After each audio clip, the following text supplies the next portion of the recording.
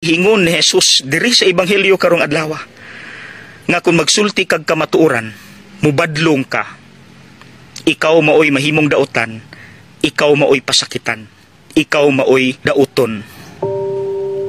No wonder kamo nakasinati po siguro mo ana mga igsuon nga naa kay gibadlong kay naghimo siya dili maayo, pero on sa ending nasuko sa nimo, wala nakatingugi, gidaot pa ka, gilibak pa ka, gihimo-himuan pa kag istorya.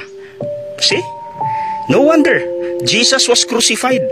Wala siya sala kay siya Dios, pero ang sinahitabo niya gilansang sa krus.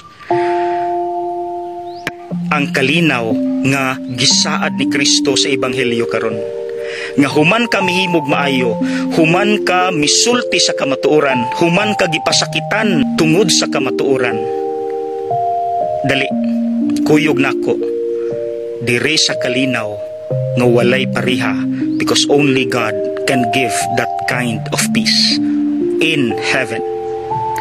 Mao pud ato masinati mga igsuon, kun kita naningkamot, wala ta mahadlok, musultis ka matuoran, mubadlong sa sayop sa uban, bisan gidaot na ta, gihimuan na tag istorya. Ang importante paghuman sa atong kinabuhi, moingon ta, Lord, I have done my best.